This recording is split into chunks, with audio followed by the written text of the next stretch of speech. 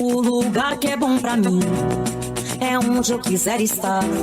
A estrela ainda brilha, ela é quem vai me guiar. Ser guerreira é minha sina, batalhando pra vencer. Tenho voz pra ser ouvida, tenho sonhos pra viver. Não vão mais conseguir me anular, me calar. Ninguém vai me impedir de cantar e lutar. Seja em casa, no campo, na rua ou na praça, chega de mordaça, agora eu vou falar. Porque eu sou mulher pra fazer acontecer. Eu sou uma delas, são elas por elas, ocupando os espaços de poder. Porque eu sou mulher pra fazer acontecer.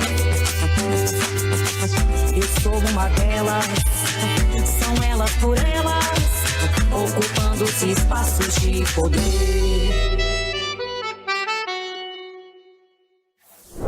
Começa agora o TV Elas por Elas. E na aula de hoje vamos falar sobre cultura periférica e resistência, com Argentina Castro, poeta e cronista.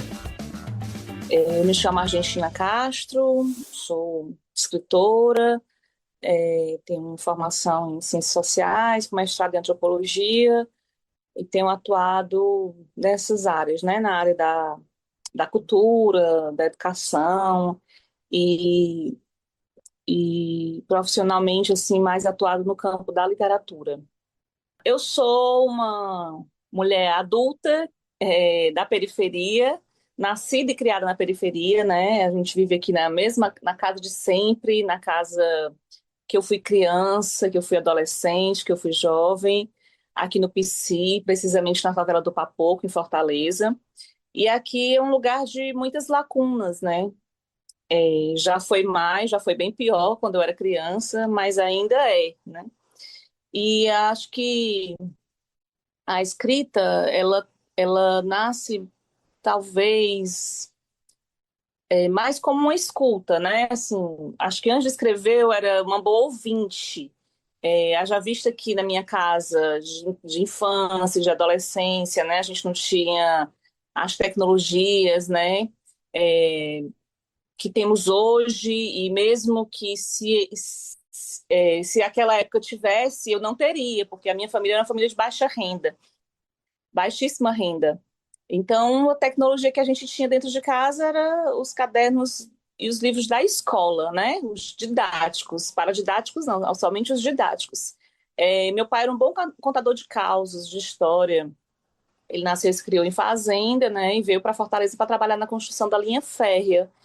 E a nossa casa vivia muito rodeada, cheia de gente, os amigos deles que vinham para cá, e eu gostava de ouvir aquelas histórias, né? No contraponto disso, por outro lado, tenho uma mãe muito silenciosa. Hoje fala um pouco mais, mas quando eu era criança, ela era muito silenciosa, uma mulher muito calada, né? De pouco diálogo, assim, muito tímida. Então, meu pai meio que reinava nessa verborragia doméstica, né? Ela era estava sempre ali com a barriga encostada no cuidando da gente, né? Os homens têm esse privilégio, né? De terem tempo para conversar com os amigos e as mulheres nem sempre. E aí eu fico adolescente e as coisas começam a significar um pouco mais para mim, ou ser melhor compreendidas por mim, ou não, mas elas começam a me angustiar bastante, né? Porque havia muitas lacunas, muitas perguntas sem respostas, né? Havia ausência de muita coisa, e isso no campo da materialidade mesmo da vida. E isso dói em qualquer pessoa, né? Mas eu penso que eu já era uma criança bastante sensível, um adolescente bastante sensível, com a percepção muito aguçada para a realidade ao meu redor, e eu tinha muita necessidade de me expressar.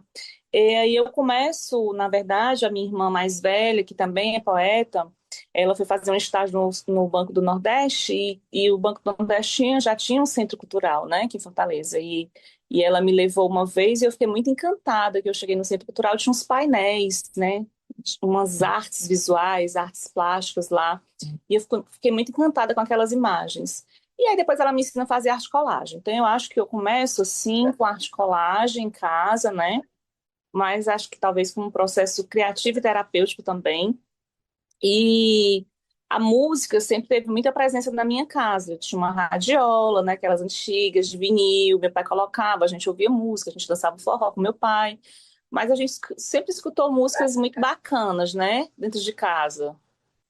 E eu acho que eu fui me letrando, talvez, politicamente, criticamente, né, é, tendo esse olhar mais social para as coisas através de letras de músicas, né? Então, a escrita me chega muito com isso, com a história da letra de música, né? A minha, na verdade, não é a escrita, mas a minha relação com a arte.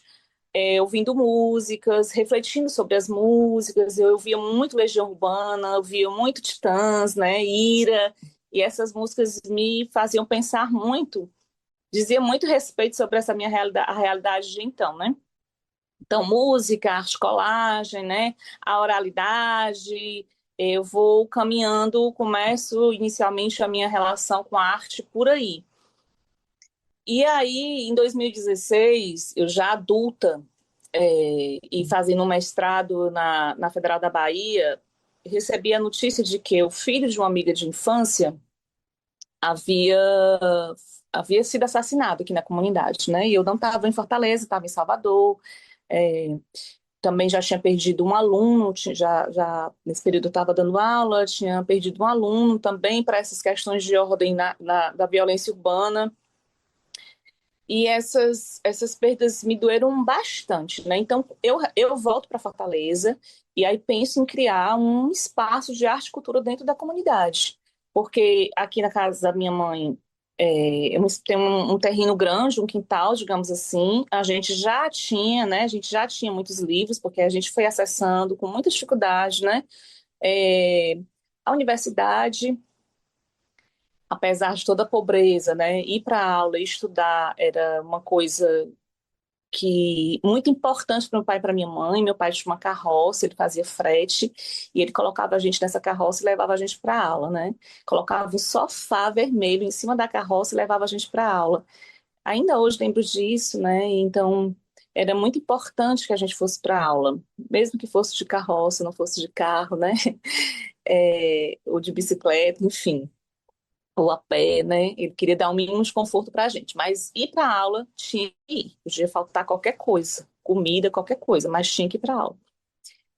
Então, aí a gente consegue entrar na universidade por conta disso. Apesar da gente estar no contexto de favela, né? Apesar da gente ter perdido nosso pai quando a gente ainda era criança, a minha mãe ter ficado viúva com 6 filhos menores de idade, morando aqui nesse lugar, ainda assim, a educação, o estudo sempre foi uma máxima nessa família, né?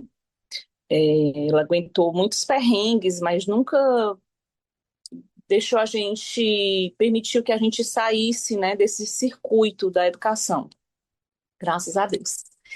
Então a gente foi entrando na universidade e foi acessando, né, livros, literatura, leituras, né? Então a gente já tinha alguns livros aqui em 2016, tinha um espaço e tinha muitas crianças, né? Na periferia, muitas crianças. Então a gente uniu o útil ao agradável. Claro que pensando do tanto de coisa que a gente ia abrir mão para poder construir esse projeto, mas aí a família topou. Então, certo é que nos finais de semana a gente vai abrindo mão, né, de estar, por exemplo, um sábado à tarde na praia, viajando, alguma coisa, no cinema, dentro do shopping. A gente está aqui na nossa casa, recebendo crianças e adolescentes da comunidade para atividades formativas em arte e cultura. Mas foi com essa biblioteca, eu precisei chegar nela para dizer como é que eu chego na escrita, porque foi montando esse projeto que eu comecei a participar de eventos no campo da leitura, da literatura, das bibliotecas comunitárias, bibliotecas públicas, e toda vez que eu ia fazer uma fala, que eu era convidada para fazer uma fala, eu abrir a minha fala com um texto meu, com um poema, né? Eu escrevo poesia, contos, crônicas, acabei de escrever também o meu primeiro romance autoficcional, mas eu levava poesias, né? Prosas poéticas, alguma coisa do tipo. Então, começo me talvez, né, me auto-reconhecendo ou sendo reconhecida, né, do lado de fora pelas pessoas, né, sendo vista como uma escritora de forma muito paralela à Biblioteca Comunitária Papoucos de Ideias, que é esse projeto que eu idealizei e criei junto com a minha família e que a gente toca aí ele há 10 anos. Vamos fazer 10 anos agora, no Carnaval, fevereiro de 2026. 10 anos de projeto. Então, a minha escrita surge disso, surge com isso, com o projeto, muito embora eu já escrevesse, né, mas nunca fui de colocar, publicar, ler para as pessoas, então precisou chegar o projeto para eu ter essa coragem, né, de expor os meus textos, e a minha escrita ela é muito atravessada, né, tocada, é, por essa realidade, né? É uma espécie de uma escrevivência, né? Bem Conceição Evaristo nesse sentido, né? Embora a Conceição Evaristo fale muito desses contextos de pessoas, das pessoas negras, né? É, a escrevivência também ela passa por pessoas brancas, né? Não negras, mas que são de periferias, né? De favelas. Então essa realidade ela está muito presente na minha literatura. Por exemplo, eu tenho um livro de poesia infantil, tem um livro infantil que se chama Poesia, o Pão Nosso de Cada Dia. É uma poesia falando sobre poesia, né? Então eu chamo a criançada, isso a criançada grande e pequena, né? Eu sempre acho assim que nem todo livro é para criança, mas todo livro é para adulto, né? Então digo assim, ó, esse livro aqui é para criança pequena e criança grande. Então esse livro se chama Poesia, o Pão Nosso de Cada Dia, que ele é um chamado, né? Um convite para que a gente possa ver a poesia no dia a dia, né? No nosso cotidiano, aqui mesmo na nossa favela, né? É, há muita dor, há muitos sangramentos, né? Há muitas violências aqui, mas há muita beleza. E há muito artista aqui também, né? Então a gente precisa cultivar esse olhar poético, né? Esses sentidos poéticos, uma escuta poética, né? Perceber o que é belo aqui, né? E valorizar essa beleza daqui, para a gente não ficar o tempo todo muito preso numa realidade tão difícil. Ela está aqui, está posta, né? A gente não quer dar as costas a ela, a gente precisa estar o tempo todo atenta a ela, né? Até para reivindicar melhorias de condições de vida, qualidade de vida para o nosso lugar, para a nossa cidade, para o nosso bairro. Mas a gente não pode perder de vista a beleza que há na vida, né? Até para a gente ter esperança de sonhar, né, esperançar, como diria Paulo Freire, né, esperançar é muito necessário, apesar de todos os perrengues, de todas as dificuldades, de todas as violências, sejam elas físicas ou simbólicas, né, direcionada para as mulheres daqui, né, maioria mulheres negras, para os homens daqui, maioria homens negros, né, que são os mais atingidos, né, pelas violências, pela ausência de políticas públicas, né? Mas há muita beleza, há muita beleza. Então, esse livro é um convite para a gente ver poesia, por exemplo, nos nossos animais de estimação, né, na natureza, nas flores, nas plantas, né? Eu tenho uma preocupação muito grande com a questão ambiental, né? É, a gente precisa muito da natureza, a natureza não precisa da gente, né? Não ser dos nossos cuidados, mas a gente precisa dela, demandamos dela, e ela cuida tão bem da gente, a gente cuida tão pouco dela, né? E a natureza que está muito próxima da gente, por exemplo, são os animais de estimação, né? Ter esse cuidado com eles, né? São seres vivos, né? Que sentem, podem não expressar como a gente, né? Mas sofrem também, sentem dores também. Então, é um convite para que crianças, né? Para que desde cedinho crianças olhem ao redor, né? E pensem assim, tudo aqui importa, né? Tudo isso aqui importa para minha experiência nesse planeta. E mesmo no feio, mesmo na rua, né, sem saneamento básico, por exemplo, na rua com lixo, né, exposto, ainda assim há uma beleza. Não nessa falta de saneamento básico, não nesse lixo exposto, né, mas há uma beleza. E eu falo, né, nessa mãe que passa apressada, levando o filho para a escola, né, é uma beleza nesse amor que quer educar, né, na senhorinha que está sentada na calçada, né, rememorando sua juventude, lembrando da sua juventude. Há uma beleza no gato, né, no miado do seu gato, no balançar do cachorro da gente, nos passarinhos que estão aí cantando, né. Eu sempre lembro assim que meu primeiro contato poético na vida, eu lembro que eu uma vez acordei muito cedo. Meu pai era vivo, eu era muito apegada ao meu pai. E ele acordava super cedo, né? Meu pai era vaqueiro, né? Tinha um costume de interior, acordava muito cedo. Aí eu acordei, ele acordou, eu acordei também, e a gente foi sentar na frente da nossa casa. E aí ele botou uma cadeira, eu sentei na perna dele e a gente ficou vendo o dia amanhecer. E eu nunca tinha visto o dia amanhecer. Então aquilo me encheu minha alma de uma beleza, sabe? E parecia que eu sentia aquela beleza por todos os sentidos, né? Eu sentia o cheiro, era um cheiro diferente no tempo, né? Aquele cheiro do orvalho, do dia amanhecendo. As cores eram outras, né? De uma beleza, de um vermelho misturado com azul, uma coisa belíssima. E os sons, né, dos passarinhos todos cantando, acordando. Então, e o contato, né, do meu pai, do carinho do meu pai, a proteção do meu pai. Aí eu sempre lembro disso como a minha primeira experiência poética, assim. Claro que na época eu não conseguia dizer isso aqui para mim, isso aqui é poesia, né? Eu não conseguia. Só adulta é que eu venho é, entender que aquilo ali era poético, né? Que a vida é cheia de poesia, né? E ali, para mim, foi um momento de muita poesia, né? De muita beleza. E é isso que a literatura é feita, né? A literatura, ela é a própria vida. Ela é a própria vida sendo escrita, descrita, inventada, reinventada, ficcionalizada, né? Mas ninguém parte do nada, nenhum escritor parte do nada. Mesmo aquele que escreva ficção e tal, ele está partindo de uma realidade concreta, né? Pelo menos eu penso assim, não tem como a gente não partir disso que a gente vive, né? Que a gente escuta, que a gente vê, que a gente sente, né? Olha, espaços como esses, eles são fundamentais, né? Para várias coisas, para inclusive a construção de uma perspectiva de uma sociedade mais, de uma cultura de paz mesmo, né? A gente está sempre aqui instigando o diálogo e não o conflito, né? E não a briga, e não resolver as coisas na porrada, na violência, né? Mas sentar e conversar e respeitar o outro, observar o ponto de vista do outro, né? É, mas ao longo desses 10 anos, a gente tem aqui acompanhado o crescimento das crianças, né? A gente recebeu aqui crianças pequenas e estão aqui já entrando, ficando mocinhas, rapazes, né?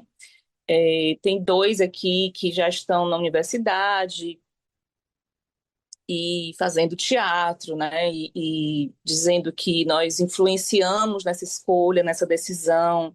Então, isso chega no meu coração de uma forma muito. Eu fico muito emocionada, né? Poxa vida, claro que a gente não. Eu sempre tive vontade de mudar o mundo, mas é uma loucura, né? Ninguém vai conseguir mudar o mundo. Mas eu acho que se a gente conseguir fazer algo de bom na vida de uma pessoa, né? Principalmente de uma criança, de um adolescente que vive numa realidade tão dura, é, eu acho que a gente já faz bastante nesse sentido, né? Pouco, mas é o que dá para fazer. E eu acho que eu percebo que eles têm um empoderamento, né? Assim, a gente estava aqui e foi feita uma entrevista e entrevistaram um dos meninos, os meninos, e aí um deles disse assim, olha, perguntaram, o que é que vocês fazem aqui na Papoca? Ah, a gente faz muita coisa, a gente tem oficina, né? Tem o cineclube, tem o sarau, a gente faz atividades fora da biblioteca, né? Porque a gente leva os meninos para conhecer os equipamentos culturais oficiais da cidade, eles conhecem todos. Então a gente aprende muita coisa, mas a gente também ensina, né? Ele disse, Felipe disse, mas a gente também ensina. Os professores também aprendem com a gente. Então, quando eu ouvi, eu estava longe da entrevista, mas eu estou sempre muito atenta, né? Ao que eles estão falando. Quando eu vi, fiquei muito emocionada, porque, poxa, o Felipe entendeu tudo, né? Porque o que é aqui é uma troca. Ninguém está aqui fazendo caridade para ninguém. A gente está falando aqui de direitos culturais, né? E aí esse direito cultural entrelaçado com outros direitos, porque a gente não fica só no campo da leitura, da literatura e do livro. Se fosse, já seria incrível, fantástico, mas não, a gente vai ao longo do processo sentindo a necessidade de outras coisas. As próprias crianças vão apontando isso para a gente. Nós mesmos vamos sentindo necessidade de aprender outras coisas para dar conta das demandas das crianças, né? Então, minha irmã foi para a palhaçaria, outra foi para o teatro, né? Então a gente vai também tentando se formar nesse sentido. Então as crianças entendem que elas são sujeitos de direitos, né? Que o que elas têm para falar é muito importante, né? Que elas não estão aqui para serem silenciadas por ninguém e que é importante elas falarem o que elas pensam, o que elas sentem, é importante pensar sobre as coisas, né? E se colocar nesse lugar também de pessoa que tem conhecimento e que, portanto, ensina, né? Ensina quem está aberto para perceber que uma criança não é um saco vazio, né? Não é uma tábua lisa, não, é um sujeito que tem ali uma vivência, claro, não dá para comparar com uma pessoa adulta de menino de 12 anos com uma pessoa de 40 anos, né? As experiências são menores, são menos, né? Mas há ali uma cabeça, né, que está pensando coisas, há ali um coração que está sentindo coisas, e nada disso pode ser descartado. Então, eles se perceberem como sujeitos importantes, sujeitos de direitos, né, isso para mim é muito significativo, né. Aqui, eles, enquanto estão aqui com a gente está conseguindo garantir o mínimo de direito à segurança, porque, graças a Deus, ao longo desses 10 anos, nada aconteceu com eles aqui dentro, nenhuma queda, nenhum arranhão, nada, não sofrem assédios, né, nada aqui. Então, que eles estão protegidos, graças a Deus. Um mínimo de direito à alimentação, porque todas as nossas atividades, elas são finalizadas com lanche.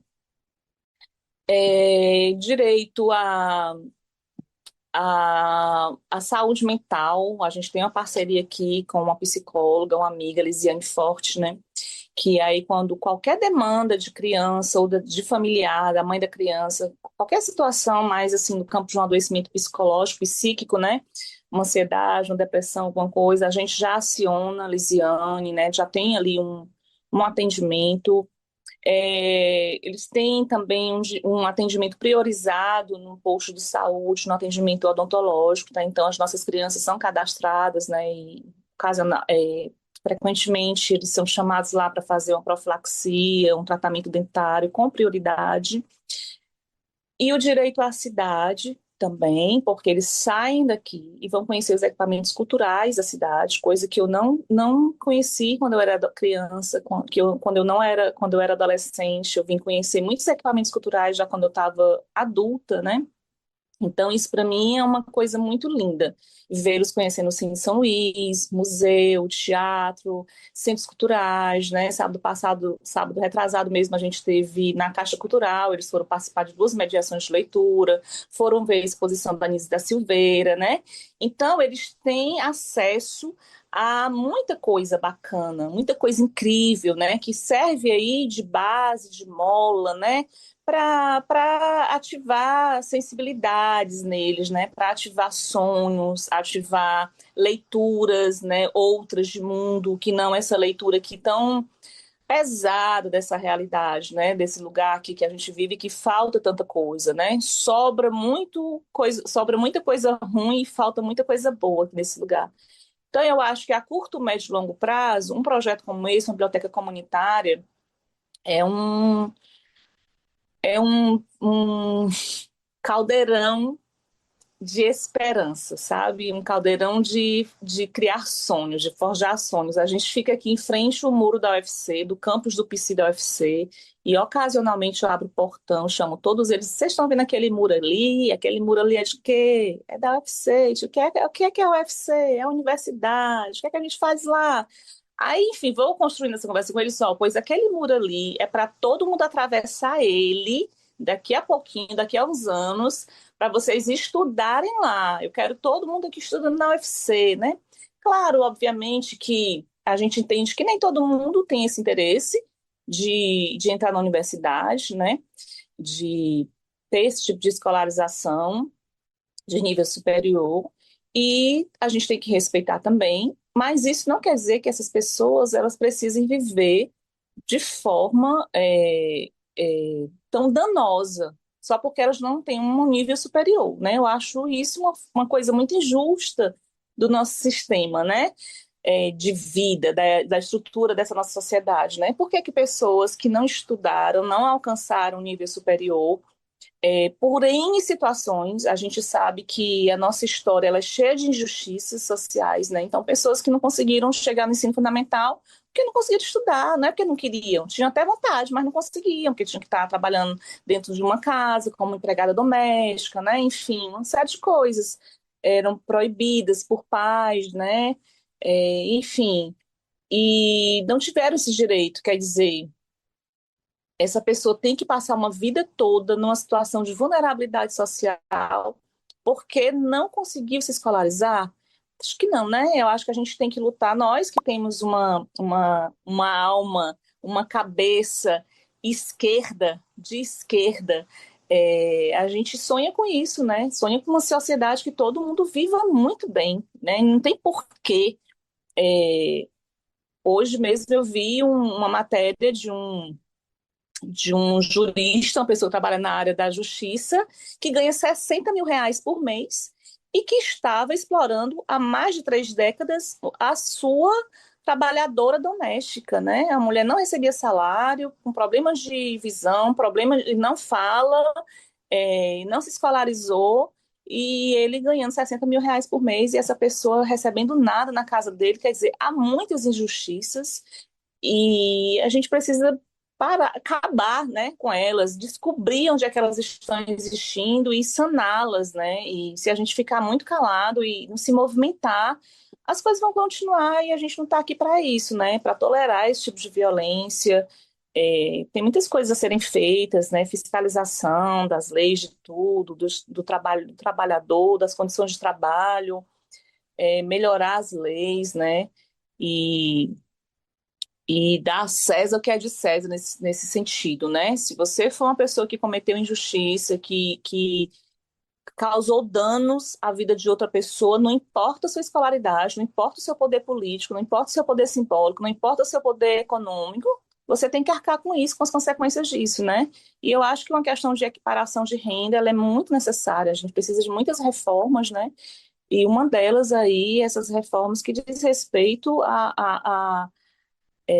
as finanças, né, do país, da população, né? Não é justo que uma pessoa ganhe R$ 60.000 por mês e outra viva com menos de R$ 200 por mês. Isso não entra na minha cabeça. Eu acho assim, suprassumo da violência da forma mais descarada que pode existir, e a gente vai admitindo esse tipo de coisa. Por quê? Só porque essa pessoa estudou? Só porque essa pessoa passou num concurso?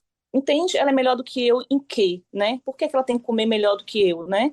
E a gente conseguir enxergar também a origem disso tudo. A origem, né? A história dessa desigualdade e caminhar, né? Caminhar para enfrentar. Não tem mais fundamento por tanto tempo de tanta desigualdade, né? Chega, já está doendo demais na gente, né? E essas desigualdades todas vão gerando todo tipo de violência, né? Inclusive de adoecimento, né? Inclusive problemas de ordem de saúde mental, né? Gera muita ansiedade, né? As desigualdades sociais, a pobreza, né? Gera muito adoecimento psíquico nas pessoas. Então a gente tem que cuidar das pessoas em todas as áreas, né? O ser humano é um ser muito complexo, tem muitas necessidades. Então, um projeto como esse é um projeto que quer cuidar minimamente desses sujeitos em formação em todas as suas complexidades. A gente só não consegue cuidar porque a gente não tem condição mesmo material, a gente nem sede tem, a gente funciona na casa da minha mãe, estamos aí lutando para ver se a gente consegue uma sede. Nem temos mãos, né? Não temos pessoas suficientes para trabalhar. Necessidades não faltam. Demandas aqui não faltam, né? Mas falta aí uma estrutura, grana, né? Falta recurso, falta pessoas para trabalhar. Se existisse um equipamento como esse em cada bairro de toda a cidade, eu acho que as coisas iam melhorar bastante em pouco tempo. Hoje a aula foi sobre cultura periférica e resistência, com a Argentina Castro, poeta e cronista.